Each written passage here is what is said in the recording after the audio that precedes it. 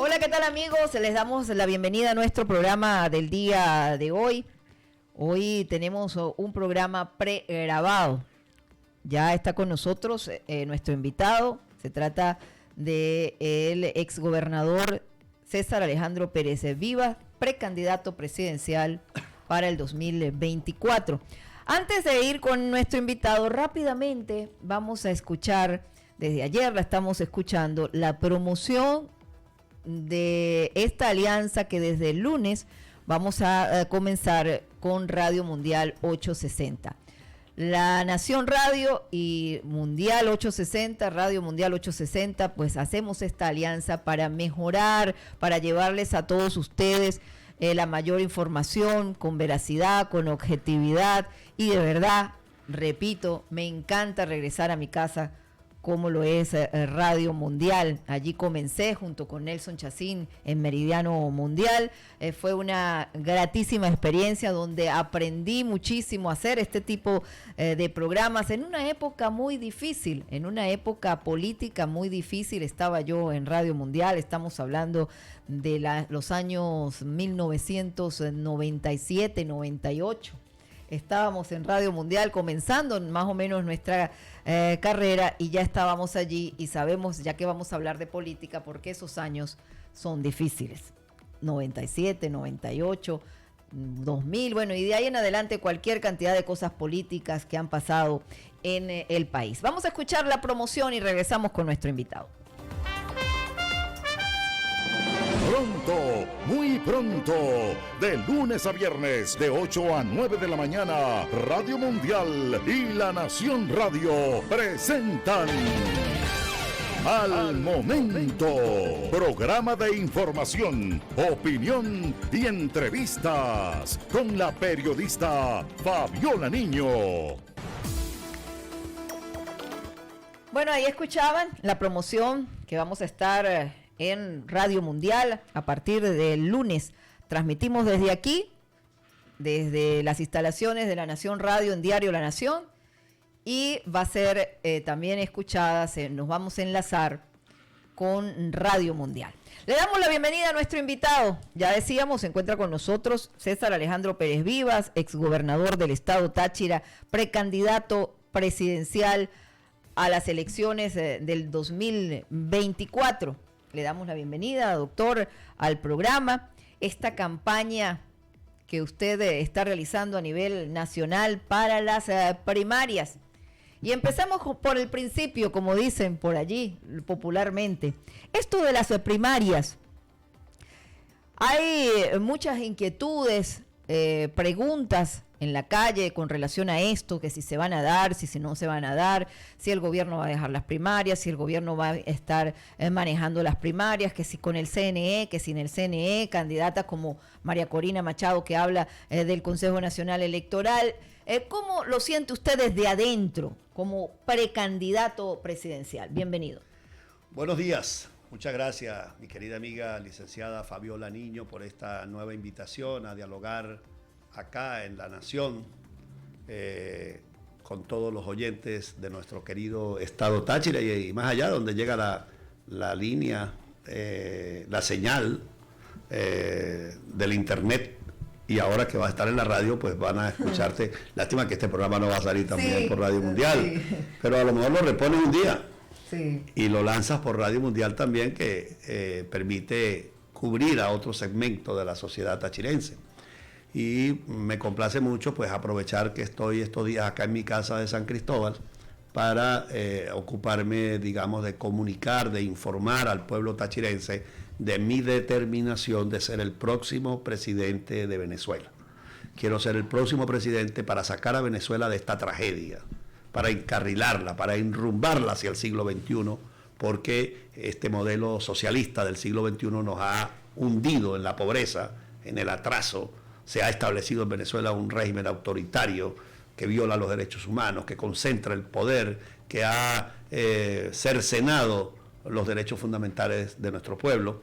Y por esa razón yo quiero ser presidente, porque voy a impulsar una transición, un cambio del socialismo a la democracia, de la miseria y de la pobreza al desarrollo nuevamente, y de una cultura criminal que se ha establecido en estos años, la connivencia del Estado con el crimen, a una cultura ética, a una cultura de respeto, de civilidad que Venezuela necesita para poder convivir de manera eficiente, una convivencia civilizada que permita realmente un camino de bienestar para el pueblo venezolano.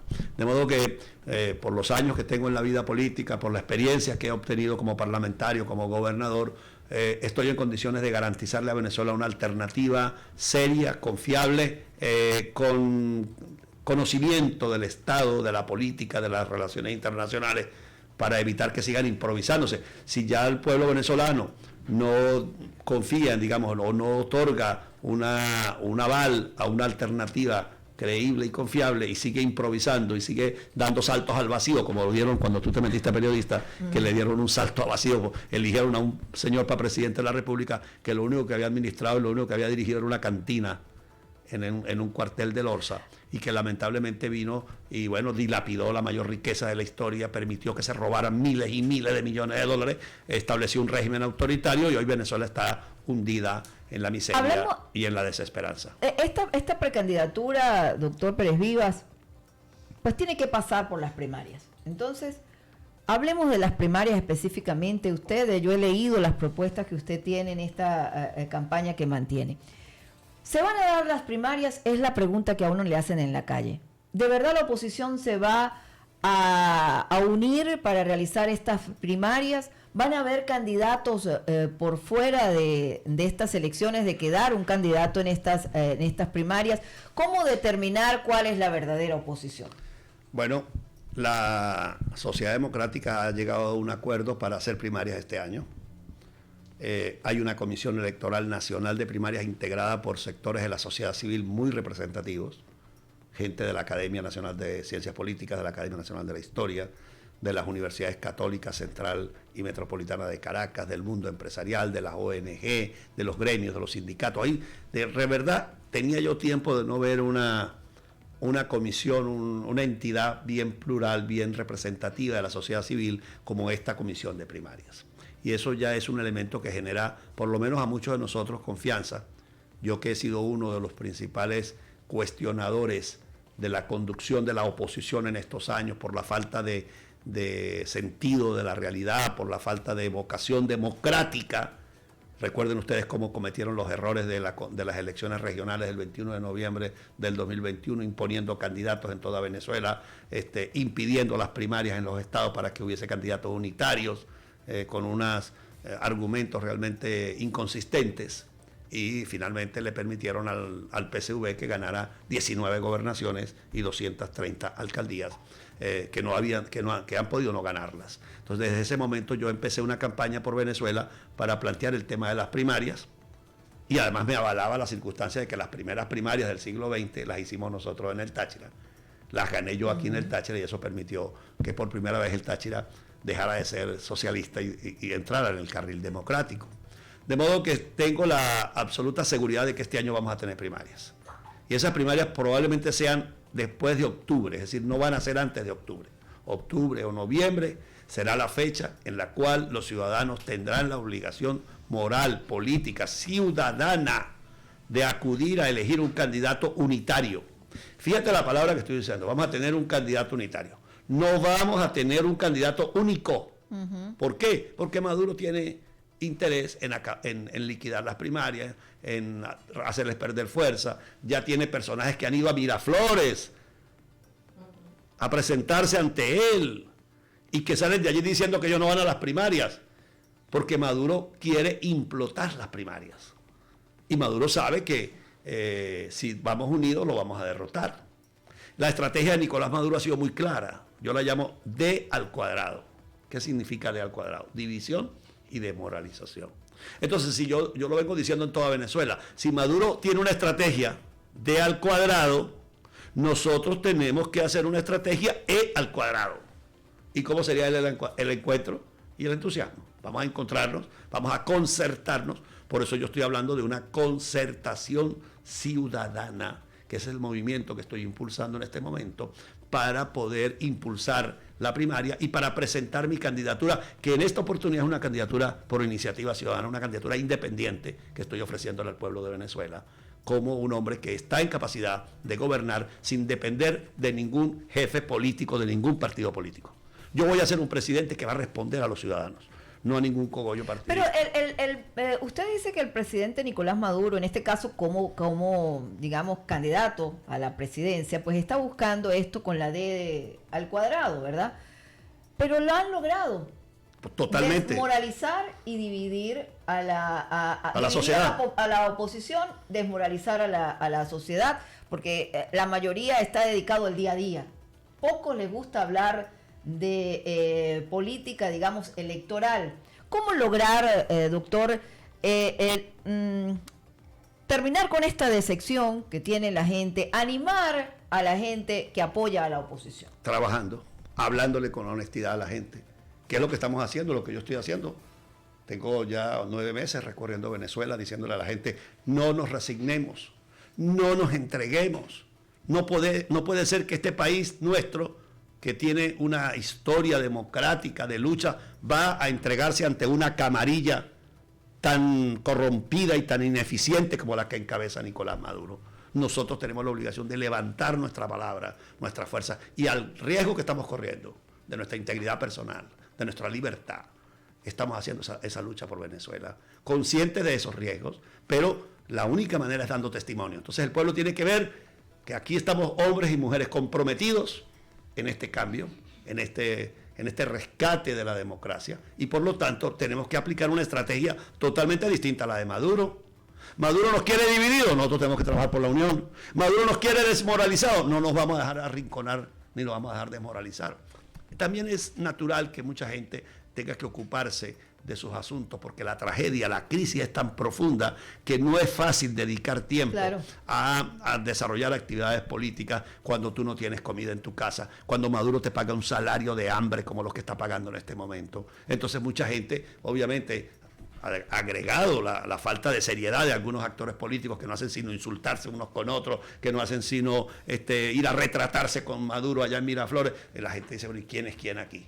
Por eso he presentado mi nombre. Aquí la gente me conoce, podrá estar de acuerdo conmigo, podrán tener observaciones o críticas a mi trayectoria política, pero nadie me puede decir que no he sido un hombre que he defendido la democracia, que he estado durante estos 23 años luchando por el rescate democrático, que no me han visto a mí doblegado ni haciendo carantoñas al régimen, sino que me han visto siempre en una línea democrática de búsqueda del cambio político, y que además tengo la autoridad moral de poderme presentar al pueblo de Venezuela después de 40 años de vida política con una hoja limpia de servicio que la pongo a la orden del pueblo venezolano. Doctor Pereda, ¿qué le dice la gente cuando usted sale a la calle? Cuando hace esos encuentros para dar a conocer su candidatura, su precandidatura, ¿qué es lo que le dicen? Porque a veces la gente, uno intenta hablar de política, a mí me encanta la política, pero la gente dice no hablemos de política, no quiero saber nada de política. ¿Le han tirado la puerta a usted en alguna casa que ha tocado, que no quiera saber nada de los políticos? No, me encantaría que como independiente, como observadora, me acompañaras un día y camines conmigo para que tú aprecies en la calle cuál es la respuesta del ciudadano. La primera cosa que yo encuentro es una determinación total de cambio. La gente está obstinada de Maduro y su camarilla, de Freddy Bernal aquí en el Táchira, que es el agente de esa dictadura aquí en el Táchira, y de toda esa camarilla. La gente no los quiere. Lo que pasa es que como es un régimen de terror, no todos dicen lo que yo digo. Pero ganan con votos, doctor. Porque nosotros lo facilitamos con la división y con la desmoralización. Entonces nosotros por eso tenemos otra estrategia en esta oportunidad, ¿verdad? Ganan con votos porque además hay actores que dicen que no se puede ir a elecciones mientras Maduro sea presidente. O es que se les olvidó que en el 2018, cuando yo planteaba una candidatura unitaria, ahí está mi artículo en el Diario El Nacional del 2017, invitando a que hubiese una candidatura unitaria, que en esa oportunidad la propuse de consenso. Por eso en esta oportunidad dije, no vale la pena seguir pidiendo consenso, vamos a buscar los votos con el pueblo. Y propuse a una lista de venezolanos para que escogiéramos un candidato, hiciéramos un acuerdo de 2 años para transformar el Estado y volver a un proceso electoral. Y en esa oportunidad hubo voceros o voceras que decían, mientras Maduro esté en Miraflores, no hay que ir a elecciones. Ir a elecciones es una traición, porque estaban jugando a que habían otras soluciones. Por fortuna ya muchos de esos actores ya han dejado a un lado ese discurso y pareciera estar dispuestos a concurrir a estas elecciones presidenciales el próximo año y a las primarias de este año. Entonces, cuando yo ando en la calle, yo recibo en primer lugar una voluntad de cambio. La gente quiere salir de Maduro. Segundo, la gente quiere unión de los venezolanos. Y yo le he dicho claramente, como lo repito aquí, vamos a tener un candidato unitario, pero no vamos a tener un candidato único. Fíjate lo que pasó en Barinas el año pasado. El 8 de enero del 2022 hubo elecciones de gobernador en Barinas, hubo que repetirlas. Y en Barinas hubo un candidato unitario. Pero Maduro mandó a un candidato con las tarjetas de los partidos políticos conocidos, incluido el que ha sido mi partido toda la vida, que se llevaron la tarjeta para Barinas, pero la gente no votó por esas tarjetas. La gente votó por la unión. Y ganaron. Se derrotó a la familia Chávez y a la familia Maduro y a toda esa gente allá en Barinas. Aquí va a pasar lo mismo. Entonces, cuando yo ando en la calle, pues la gente quiere eso y obviamente muchísima gente quiere que yo asuma esta responsabilidad, ¿verdad? La mayoría está buscando una alternativa confiable. Me he encontrado casos, mira, por ejemplo, te voy a contar, un día estuve yo en Caricuao, en los mercados populares de la UD3 y de Ruiz Pineda caminando. Por supuesto me encontré mucha gente dispuesta, mucha gente que oía, gente del Táchira inclusive que vive en esos bloques que se acercaba a ponérseme a la orden para colaborar. Al otro día fui a la Ruiz Pineda y me llegó un dirigente del PSV. Antiguamente llegaban a sacarlo a uno a golpes con los colectivos. Allí llegaron para decirme, señor César, nosotros hemos oído su planteamiento, usted es un señor que quiere salir por la vía electoral y queremos apoyarte. Queremos apoyarte porque ya estamos cansados de Maduro, porque esto no fue lo que nosotros soñamos que iba a pasar en Venezuela. Nosotros nos fuimos con la revolución porque pensamos que iba a haber justicia, que iba a haber bienestar, y aquí lo que hay es miseria y pobreza, me lo dijo. Y el señor era abogado también, andaba con un megáfono en el mercado de Ruiz Pineda. Entonces, esto lo estoy encontrando en toda Venezuela. Y te digo que he recorrido todo el oriente, los llanos, la región central, el Zulia, he ido a las 23 capitales de estado de Venezuela. A todas. ¿Es profeta en su tierra? Bueno, ya lo veremos. Yo creo que aquí en mi tierra hay mucha gente que valora mi lucha. He encontrado mucha receptividad, muchos tachirenses que me han ofrecido su solidaridad, porque su siempre respaldo. está el dicho de que nadie es profeta en su tierra. Bueno, hay gente que obviamente lo cuestiona a uno, que a veces es ácida, que a veces es injusta, pero uno tiene que tener la paciencia y la tolerancia para valorar la tarea, pero estoy encontrando mucho respaldo en los ciudadanos, en la calle. Por eso te digo, te invito un día, usted sin aviso previo, usted me dice para dónde va a ir. Yo no voy a poner el lugar, sino que la invito a usted, invito a otros colegas tuyos, y diga, mire, vamos para tal barrio, o vamos para tal mercado, o vamos para tal zona, y nos vamos sin aviso, y llegamos a saludar a la gente. Y ustedes van a evaluar cuál es la respuesta de la gente. Si la gente primero quiere cambio, si la gente conoce mi trayectoria, si la gente le parece bien que yo sea candidato, ¿verdad? Pero mi deber es ofrecer mi servicio, yo estoy poniendo la orden de mi servicio. Si el pueblo de Venezuela me tiene a mí, si el Cristo de los Milagros de la Grita me tiene a mí para este servicio, yo haré todo lo posible por integrar a toda la sociedad, como lo hice cuando fui gobernador. Porque aquí me podrán hacer muchas críticas a ustedes, pero no me podrán decir que yo no hice un gobierno de unidad de la sociedad tachirense. Ahí estaba el mundo político, ahí estaba el mundo académico, ahí estaban los sectores empresariales, sindicales, ahí todos fueron tomados en cuenta. Y esa unidad no se la comparo con cualquier otro gobierno regional o con los que me sucedieron después a mí, a ver si ha habido una amplitud y una tolerancia y un respeto de los derechos de las personas, de la libertad de expresión, como la que yo tuve como gobernador. ¿Pero por qué no hubo primarias para enfrentarse a Bielma Mora, por ejemplo? Porque no, porque el centralismo de Caracas, que fue el que hizo el acuerdo, no permitió que los estados en ese momento se dieran la primaria. Sin embargo, yo la propuse para una semana después y los actores del momento no les pareció bien. Pero yo siempre fui partidario de las primarias, toda la vida. Es más, yo llegué a la gobernación del Táchira por una primaria. Probablemente sí, probablemente no. Yo creo que básicamente lo que ocurrió aquí fue cuando yo fui a la reelección, que había perdido hacía 6 semanas Enrique Capriles de la presidencia y la gente estaba desmoralizada. Y no solamente ganó el PSUV Táchira, ganó el Zulia, donde había un gobernador de oposición, ganó Nueva Esparta. Por cierto, allá está de gobernador otra vez el mismo gobernador que estaba entonces. Se perdió el estado Carabobo, el estado Amazonas, es decir, Caracas, que teníamos la alcaldía metropolitana también. O sea, hubo lo que llamamos una operación de deslave, porque la gente se desmoraliza cuando no se logra el objetivo de hacer el cambio nacional. Pero de ahí para adelante como que ha habido esa caída, la gente se ha desmoralizado, ha ido increciendo, más bien la desmoralización. Pero recuerda que hubo un momento también muy importante en el cual la unidad y el entusiasmo ciudadano logró un triunfo fabuloso, que fue las elecciones parlamentarias del 2015. Entonces, vino de nuevo... Estamos hablando de picos, ¿no? De pico. Bueno, yo creo que ha llegado la hora de volver a la carga, pero con una sola conducción, porque lamentablemente esa dirección que tuvo la Asamblea Nacional 2015-2020, digamos la de ese periodo que todavía continúa, cayó en muchas contradicciones. Hablando de eso... Y además estaba luchando, y permítame terminar la idea, además estaba luchando contra un régimen autoritario. Y lo primero que hizo Nicolás Maduro fue desconocer las 2/3 partes utilizando el Tribunal Supremo y cerrar jurídica y políticamente la Asamblea. O sea, Maduro le dio un golpe de Estado a la Asamblea del 2015, desconoció sus atribuciones constitucionales y eso obviamente le tomó muchos problemas a esa legislatura para poder desarrollarse. Pero vemos ahora... y eso generó frustración en la gente. Otra caída en la frustración, en la decepción, que la gente está desanimada, que participa esta Asamblea la Asamblea Nacional del 2015, el tema de Juan Guaidó, el tema del interinato.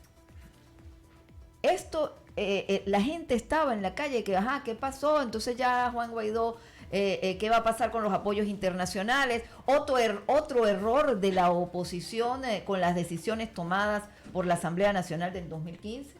Bueno, por eso yo decidí ser candidato, porque todos esos personajes que están allá en Caracas, que tienen 10 años pugnando por las candidaturas, por el control del país o de la oposición, ni siquiera el país, de la oposición, han cometido demasiados errores. Unos no quisieron ir al 2018 a las elecciones presidenciales porque están alegando el R2P, siempre decían no se puede ir a elecciones mientras Maduro esté presente. Entonces, eso nos ayudó a generar esa situación. Entonces, por eso yo presento mi candidatura. Creo que esos errores tienen que ser una especie de lección para que podamos construir una ruta alternativa.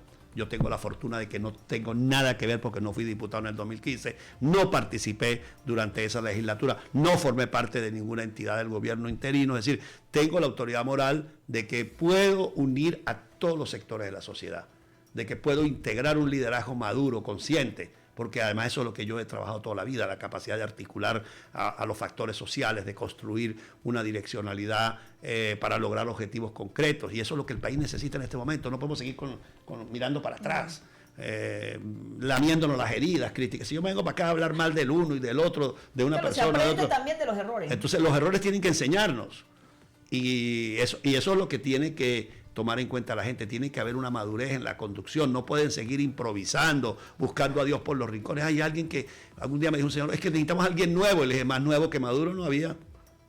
Y han habido unos personajes nuevos que un día me dijo a mí un conocido periodista de Caracas, presentándome a un joven tachirense que estaba muy en boca porque era el presidente de la Federación de Centro, que se iba a ser un presidente de la República, y lo sacaban en los canales de Caracas. Y lo hicieron diputado suplente de la entonces diputada María Corina Machado, se llama Ricardo Sánchez. Me dijo, ese va a ser presidente. Le dije, bueno, está bien, si usted, déjalo que aunque sea primero sea concejal, alcalde. Bueno, el muchacho lo eligieron diputado y al otro día se volteó para el gobierno y ahí lo tienen, ahora es alto funcionario del gobierno de Maduro. Entonces, mira, la gente hay que probarla primero. No se puede estar improvisando. A la gente hay que probarla, hay que darle responsabilidad. La gente tiene que además administrar instancias de gobierno, porque la presidencia ya es la última etapa de la conducción del Estado. Entonces, si usted va a ser presidente, por lo menos ya sea primero gobernador, alcalde, tenga una aprenda a manejar demuestre que usted es capaz, porque yo puedo ser muy capaz, pero si no me han dado, si no he tenido una experiencia, todavía no está aprobado en una responsabilidad pública. Usted habla, doctor, de concertación ciudadana, ¿verdad? Así es. Hablaba también en muchas entrevistas que lo he visto y lo he escuchado de no estar dentro de las primarias con un partido político. Pero uno ve a Pérez Vivas y ve a Copey. Entonces, ¿por qué no decir sigo siendo copellano? O si lo está haciendo, ¿por qué no salir con el color verde, digamos? Porque el color verde lo tiene el gobierno. La tarjeta de Copey, el partido Copey como persona jurídica, están nombrados allí unos señores que el gobierno nombró y que no van a ir a primarias. Ya ellos dijeron que no van a primarias porque ellos están recibiendo, repito, la instrucción de sabotear la primaria. Entonces, el partido Copey como entidad jurídica, la tarjeta verde como instrumento de elecciones, está en manos de Nicolás Maduro. Ahora bien, entonces yo no puedo ser, a mí me preguntaba lo mismo en estos días un periodista en el Guárico, ¿usted es el candidato de Copey? Y dije, no, yo no soy el candidato de Copey, pero soy el candidato de los copellanos, de los adecos que quieren cambio, de los independientes que quieren cambio. Yo soy, por eso se llama concertación. Concertar significa acordarse. Entonces yo no quiero, no puedo y no quiero ahorita estar atado a ninguna directiva partidista, porque ninguna de las directivas partidistas tiene una legitimación que tenga su origen en los ciudadanos. Unos porque el gobierno los nombró y otros porque tienen 20 años allí sin hacer elecciones, entonces tampoco tienen una representatividad. Yo quiero legitimarme en las primarias. Ahora, ¿cuál es la base? ¿Dónde está la gente que me está apoyando? Bueno, obviamente que los dirigentes que usted ha conocido toda la vida dentro del Partido Social Cristiano Copey me están apoyando, pero también me están apoyando dirigentes del Partido de Acción Democrática. Y hay en muchas partes. Anoche estuve en Cordero y un exalcalde, digamos, de la familia socialdemócrata, como el señor Humberto Contreras, claramente me dijo, voy a trabajar por la campaña de César Pérez Viva. Vengo de La Grita, el coordinador del movimiento Amigos con César Pérez Viva es el señor Víctor Sánchez, conocido y reconocido dirigente del Partido de Acción Democrática allá en la montaña. Es decir, para hablar de Táchira, pero después sí que en Falcón, por ejemplo, hubo una asamblea de líderes sociales y políticos del estado de Falcón, y en el Hotel Urimares de Coro, el ex senador por Acción Democrática de ese estado, Bernardino Medina, el hijo del exgobernador Ildemaro Villamil, Ilderamito Villamil, el expresidente de FETRA Falcón, el señor diputado Hugo Arias, todos expresaron simpatía y apoyo a la candidatura que yo encabezo. Y en el estado Lara hay un movimiento de acción de adecos con César Pérez Viva que lo encabeza gente como el doctor Braulio Bracamonte, como Justo Mendoza, que acaba de tener un protagonismo muy importante en la celebración de los 100 años de Carlos Andrés Pérez. Y usted no tiene idea aquí en el Táchira cómo está el adeco que juega garrote apoyándome a mí, porque me conocen, ¿verdad? Y porque ellos pues no se sienten representados en los actuales referentes que ese partido tiene. Entonces, bueno, si yo los voy a invitar a que se metan a un partido, me van a decir, no, yo soy ADECO, o yo soy de Primero Justicia, o yo soy independiente y no quiero estar en ningún partido. Entonces, cuando se habla de concertación, no estamos hablando de un partido. Estamos hablando de un encuentro, de un movimiento de unión por el país. El día de las primarias usted no va a votar por un partido, usted va a votar es por una persona, ya lo que va a haber es una lista de nombres y usted tendrá que seleccionar uno de esos nombres como el candidato de la unidad venezolana. De modo que creo que en este momento los partidos políticos no están representando de manera adecuada a toda la sociedad. No es el momento de poner por encima digamos, la herramienta del partido, porque los partidos tienen que revisarse, tienen que relegitimarse, tienen que reinstitucionalizarse. Eso no se va a poder hacer mientras Maduro sea presidente.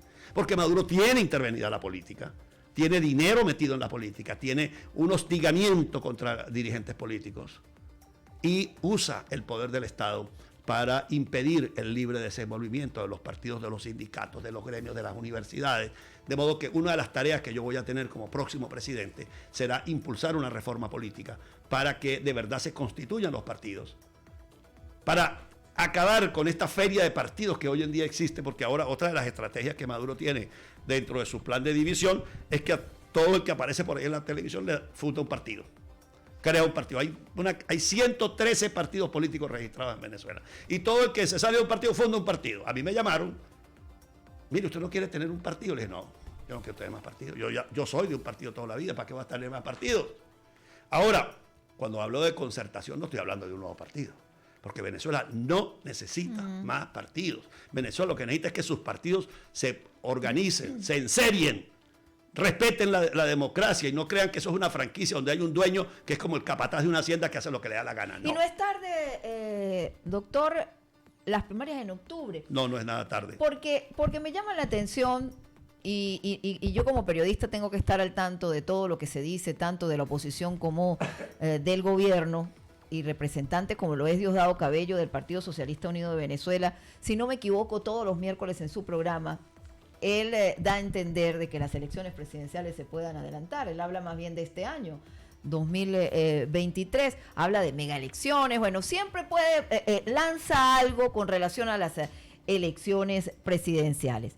Entonces, si las primarias son para octubre, el Estado no puede, digamos, el Partido Socialista Unido de Venezuela, el partido que está en gobierno ahorita, no puede decidir que se adelanten las elecciones. Y ahí la oposición quedaría... En una dictadura todo puede pasar.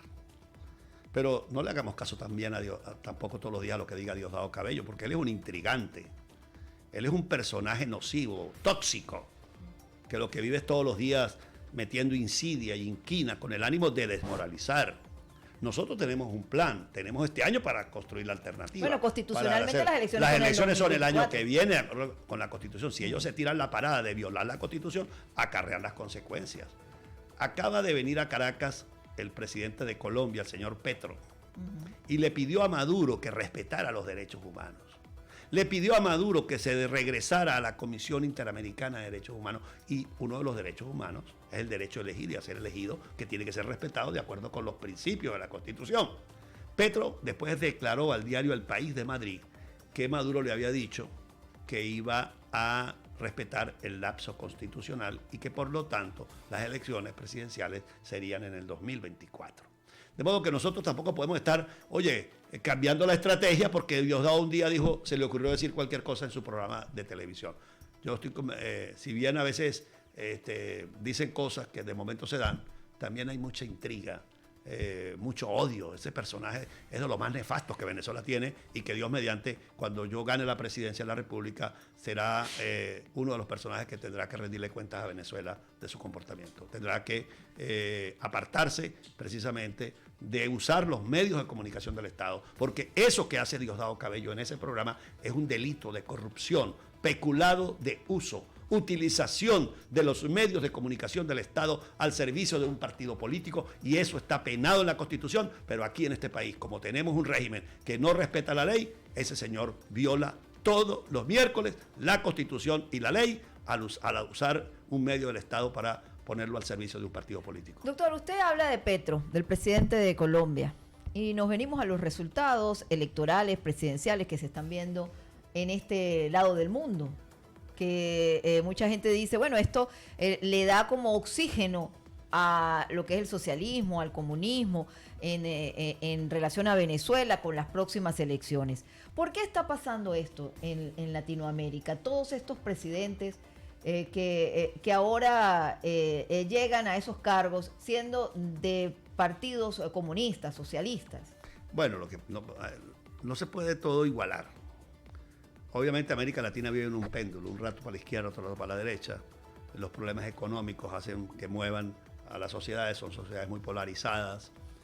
Pero más allá de que la izquierda ha ganado en América Latina, en Colombia, en Brasil, en Chile, en Argentina, son izquierdas distintas a esta izquierda decimonónica que tenemos aquí, ¿verdad? Porque de alguna manera han ido a elecciones, han perdido elecciones, han respetado los resultados, han dado garantías electorales. En cambio aquí en Venezuela pues tenemos un régimen que viola la Constitución, que tiene una censura de prensa. Hoy en día estamos sometidos a una nueva arremetida de prensa, una nueva arremetida a la libertad de expresión. De eso voy a hablar en una rueda de prensa, porque Maduro tiene una campaña en este momento destinada a impedir que la opinión de nosotros los candidatos se conozca. Si hay una censura muy grande, una limitación para cubrir la comunicación, y son pequeños espacios los que se ofrecen para que los voceros que queremos el cambio tengamos la oportunidad de desarrollar esta idea. Inclusive he recibido mensajes de dueños de emisoras en varios estados que me dicen, doctor, me da mucha pena no poderlo entrevistar, pero si abro la radio para usted, me cierran la emisora.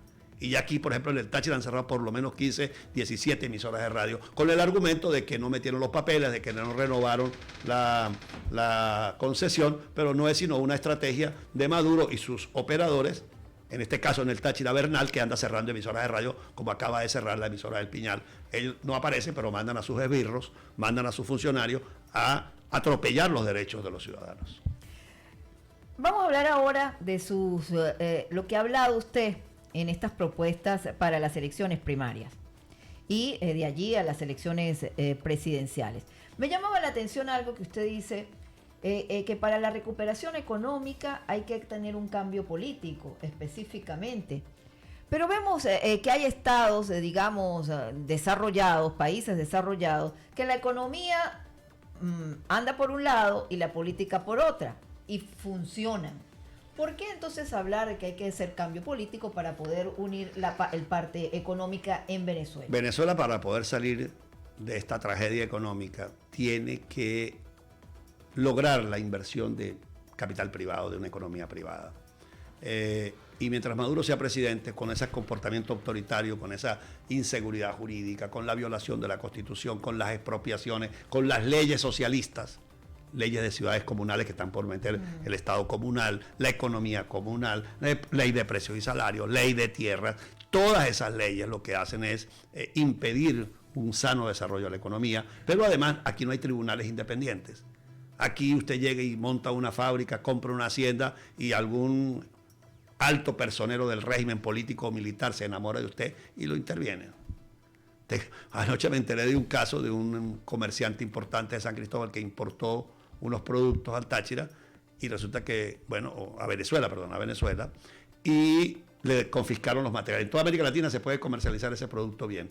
Bueno, le llegaron con un mensaje: mira, asóciese con el general fulano de tal y usted va a poder operar. Es decir, es un Estado donde no hay garantías, porque hay lo que llamamos una economía mafiosa. Hay un grupo de personajes que controlan el poder y sobre todo porque están utilizando a la Fuerza Armada de Venezuela y a la policía venezolana para hostigar, para meterse en actividades económicas que no corresponden a su función. Entonces usted ve un poco, en esto me decía un dueño de una venta de repuestos en Caracas que le llegó un coronel a vender repuestos y si no le compraba repuestos le cerraban el negocio. O sea, hay un atropello y eso no se puede decir y los comerciantes tienen terror de decirlo porque los atropellan. Entonces, en un país donde no hay vigencia de los derechos humanos, donde no hay Estado de Derecho, donde no hay tribunales independientes, donde no hay un parlamento que investigue y que debata abiertamente los temas, pues nadie viene a invertir. Entonces, por eso para mí es fundamental el cambio político, ¿verdad? Para el cambio económico. Para el cambio económico. Si en Venezuela sale Nicolás Maduro, que se declara enemigo del imperio, que dice que es enemigo de los yanquis, que es enemigo de Europa, que a él lo que le gusta es China y Turquía y Putin, pues obviamente nuestro entorno latinoamericano occidental no confía en venir a Venezuela. Yo voy a ser un presidente que va a abrir la economía a la inversión internacional. Perfectamente se puede recuperar. ¿Nos va a tomar tiempo? Sí. Pero yo voy a hacer, por ejemplo, en el tema petrolero, voy a lanzar una segunda apertura petrolera. Todavía en el tema petrolero. El tema petrolero hay que aprovecharlo porque el petróleo sigue siendo un potencial.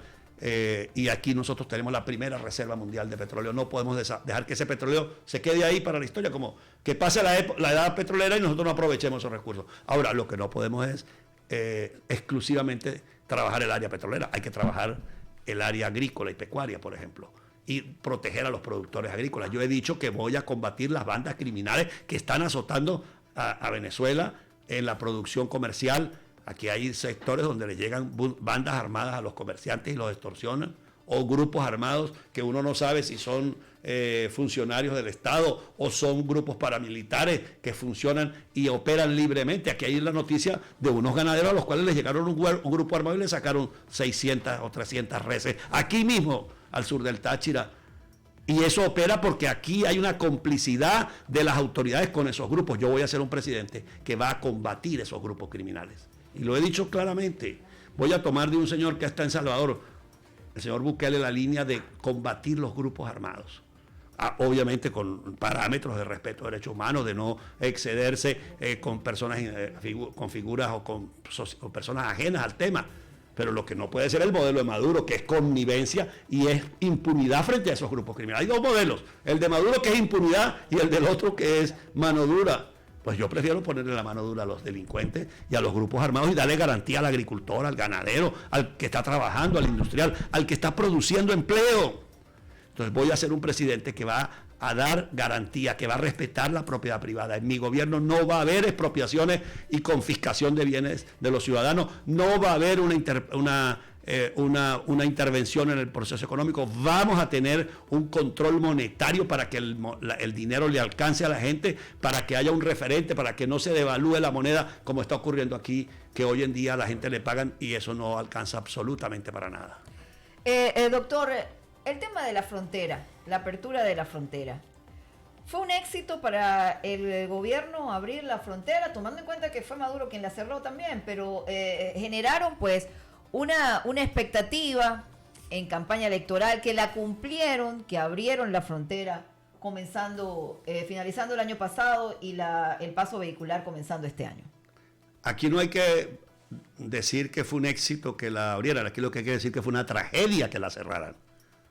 Aquí lo que hay que poner de relieve es que la barbarie de haber cerrado la frontera, que la encabezó Maduro con Bielma Mora, haya durado 7 años la frontera cerrada. Ese es lo que hay que poner de relieve, no que eso nunca han debido cerrarla, jamás han debido cerrarla, pero ya llegó un momento en el cual no hubo otra posibilidad que abrirla, porque Colombia y Petro lo planteó. Entonces ya antes tenían la excusa, es que el gobierno de Colombia es la derecha. Cuando llegó Petro ya no se acabaron los argumentos y les tocó abrir un puente a media. Aquí no hay una apertura todavía como debe ser. Aquí hay que de verdad promover una apertura integral de los dos países, una integración. Cuando yo sea presidente, usted va a poder venir desde Bogotá con su carro hasta Caracas. Vamos a abrir la frontera, vamos a abrir los dos países. Que no puede pasar de Peracal. Y además tienes 20 alcabalas como las que tiene Freddy Bernal aquí para extorsionar y maltratar al ciudadano. Porque aquí esas alcabalas que tiene Freddy Bernal y Maduro instaladas en el Táchira son centros de hostigamiento, de irrespeto a los derechos humanos. Cada vez que tú te paras en una alcabala, ¿para dónde va usted? ¿De dónde viene usted? ¿Qué le importa al Guardia Nacional o al policía de turno para dónde voy yo? No hay en la Constitución una norma que dice que hay libertad de tránsito en Venezuela. Usted me está investigando a mí, tiene que notificármelo de acuerdo con el código, con la Constitución, porque yo tengo un debido proceso. Entonces, nadie tiene por qué preguntarle a usted para dónde va, de dónde viene, a qué se dedica. ¿Qué le importa a usted, señor Guardia Nacional o policía, que está en una alcabala, a qué profesión yo me dedico? Eso no le importa a usted, ni tiene por qué preguntarme eso. ¿Por qué? Porque la Constitución me da a mí una garantía de presunción de inocencia. Toda persona que esté al frente suyo es un ciudadano que merece respeto. Usted no tiene por qué estarlo hostigando. Pero eso es típico del militarismo, de la dictadura que tenemos en Venezuela. Por eso nadie viene para acá, porque aquí viene la gente para que la maltraten. Vaya y se monta usted en un autobús en Cúcuta y se va para Bogotá. No lo molesta en ninguna parte. Usted llega tranquilo a Bogotá. Móntese en un autobús en San Antonio o en San Cristóbal y llega a Caracas.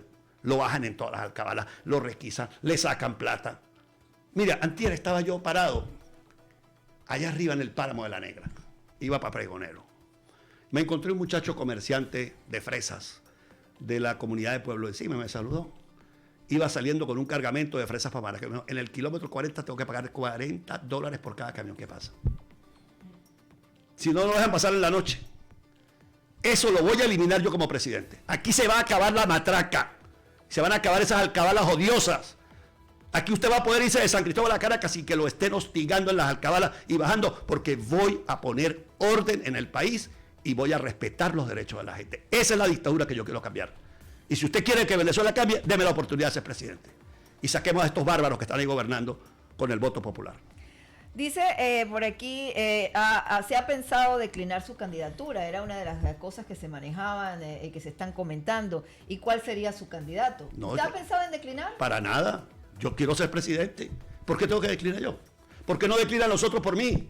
¿Hay alguien que pueda exhibirle al país un proyecto mejor elaborado que el mío? ¿Hay alguien que pueda tener una trayectoria de lucha contra la dictadura más limpia que la mía? Puede ser igual, pero mejor no. Entonces yo estoy en condiciones ¿Y si no de hay primarias?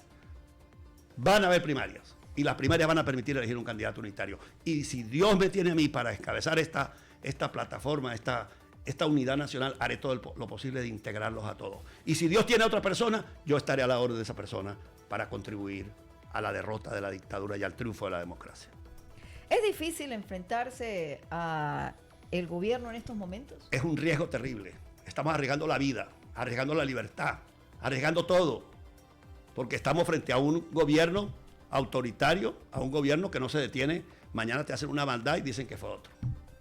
Los casos son demasiados. Miedo? No, miedo no tengo, yo estoy luchando, pero yo estoy consciente de los riesgos que llevo. ¿Lo han amenazado? Muchas veces. Me mandan amenazas por las redes sociales. Me han amenazado por diversas vías. Claro que me amenazan. Y me tienen el SEBIN todos los días detrás mío. Donde quiera que voy andan pendientes, fotografiando, viendo dónde entro, dónde sale. En estos días en Maturí, bueno, no me dejaron ni bajar casi a una casa porque el tipo era del PSUV. Entonces la gente se asustó toda porque tengo un marcaje del gobierno, pues. Y el gobierno llama por teléfono los funcionarios, no lo entrevisten, cuidado con él. Y entonces le llaman hasta han tenido el descaro ya de empezar a llamar a alcaldes. Cuidado con retratarse con los dirigentes de la oposición. Vamos ahora, ya se nos está terminando el tiempo del programa, las protestas que han habido en estas últimas semanas que comenzó el año con protestas y protestas por el salario. Los trabajadores piden más de $300 de salario mínimo. El Estado le responde sanciones y bloqueo. ¿Usted cómo ve esto? Lo veo muy grave porque los trabajadores tienen toda la razón de exigir. Y el gobierno no quiere cumplir. La única respuesta del gobierno es la excusa y la represión. Y le digo a los trabajadores que los respaldamos plenamente en esa exigencia y en esa lucha. Que el gobierno ponga orden, que en vez de estar robando tanta plata a todos estos funcionarios, le paguen a los maestros. Mira, vengo de Mérida, la semana pasada estuve en Mérida, y me decían que las máquinas que están trabajando entre el Vigía y los túneles de Mérida, les pagan en dinero, en dólares en efectivo a los trabajadores.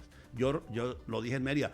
Señor gobernador de Mérida, explique si es verdad eso, muestre los contratos, porque a mí me lo comentaron, muestre los contratos, muestre los recibos, los cheques de pago de esas contratistas, resulta que les pagan en efectivo. En PDVSA hay gente que les paga en efectivo. Entonces cuando un estado se maneja como una bodega, a usted le entrega $1 millón para que pague en efectivo, pues paga 200 y se queda con 800. Pues así no hay plata que aguante. Entonces aquí tiene que haber una administración seria, una ordenación de las finanzas. Y se le diría, el gobierno le podría decir a usted, bueno, pero estamos bloqueados, hay sanciones, no tenemos dinero. Pero ¿cómo va a estar bloqueado si usted ve a Caracas llena de Ferraris y llena de camionetas importadas y usted ve a estos personajes todos con productos? ¿Qué bloqueo tiene? Lo que tienen son 3 cuentas congeladas por $3.000 millones que ya le firmó un sector de la oposición la posibilidad de que los usen. Pero un momentico, la pura enfermera de Chávez se llevó 1.200 millones. ¿Cuánto se llevaron cada uno de estos personajes? Entonces van a echarle la culpa a una cuenta bloqueada que tiene el gobierno. ¿Y dónde está la plata que está entrando ahorita? ¿Es que acaso no le están pagando en efectivo el petróleo hoy en día que está sacando Venezuela? Y la plata del oro, están destruyendo la selva amazónica, el arco minero, sacando oro, sacando coltán. ¿Dónde está esa plata? ¿Cuánto están sacando allí? ¿Cuál es el ingreso a la República? ¿Quién conoce eso? ¿Por qué no rinden cuentas? ¿Por qué no presentan un informe económico de cuánto le está entrando al país? No, todo eso es oscuro, porque aquí todo es oscuro, porque aquí no hay transparencia, porque aquí no hay democracia. Por eso el cambio político es fundamental. Yo voy a ser un presidente que va a hacer públicas las cuentas de la República y que va a informar con precisión de lo que entra para que todo el mundo sepa qué es lo que tiene el país. Y junto con la sociedad vamos a darle un destino a esos recursos para que los trabajadores empiecen a recuperar su salario. Cuando yo termine mi mandato de 5 años, los trabajadores de Venezuela van a volver a tener un salario digno. La propuesta también de bajar el periodo presidencial a 5 años. Yo estoy a favor de la no reelección presidencial. El presidente dure un solo periodo y que sea de 5 años como fue durante la historia. ¿Y la segunda vuelta? La segunda vuelta para que el presidente resulte elegido con la mayor fuerza. Propongo un parlamento bicameral, propongo la federación, el Estado federal, que los estados tengan autonomía y capacidad para desarrollar sus proyectos y no pase lo que me pasó a mí siendo gobernador, que arranqué una avenida de aquí al Corozio y llegó Octavio Leguizamí, me sacó las máquinas del río, me metió la Guardia Nacional a impedir que las obras se continuaran. Es la intervención del Poder Nacional por razones politiqueras, porque no tiene otro nombre. Entonces vamos a fortalecer los estados, vamos a fortalecer los municipios. Yo quiero un país municipalizado donde el municipio tenga competencias, recursos. Hoy en día ni la nómina la pagan los alcaldes. Esos alcaldes están haciendo milagros con nada porque no tienen recursos, no tienen competencia. Es más, el presidente se mete alcalde, ahora anda echando pinturita en las calles, pero salga de San Cristóbal o de cualquier capital para que vea la destrucción que hay de la vialidad en Venezuela. Vamos a concluir el programa, doctor. Lo vi en TikTok con aquello de la canción de Shakira. Con lo de cambiaste un Ferrari por un Twingo. Yo tengo un Twingo, le adelanto. Yo tengo un Twingo, eso a veces me hace pensar en que estoy del lado del Piqué. Pero esto, ¿por qué lo utilizó? Bueno, como medida de campaña. No, porque se hizo viral, ¿no? En TikTok. Y gustó muchísimo. Casi 1 millón de personas lo vieron y le pusieron muchos likes. No, bueno, los jóvenes que trabajan conmigo les gusta la música de Shakira y les pareció como un poco, ponerle un poquito de humor a la campaña, porque la gente pues obviamente ve mi perfil de hombre de Estado, de serio. Entonces, pues se lo digo, doctor, yo cuando lo vi yo dije, entonces los muchachos dijeron, vamos a ponerle un poquito de humor y obviamente se pusieron, lo que demuestra el video es, aquí hay un hombre bueno que va a ser presidente y aquí hay uno malo.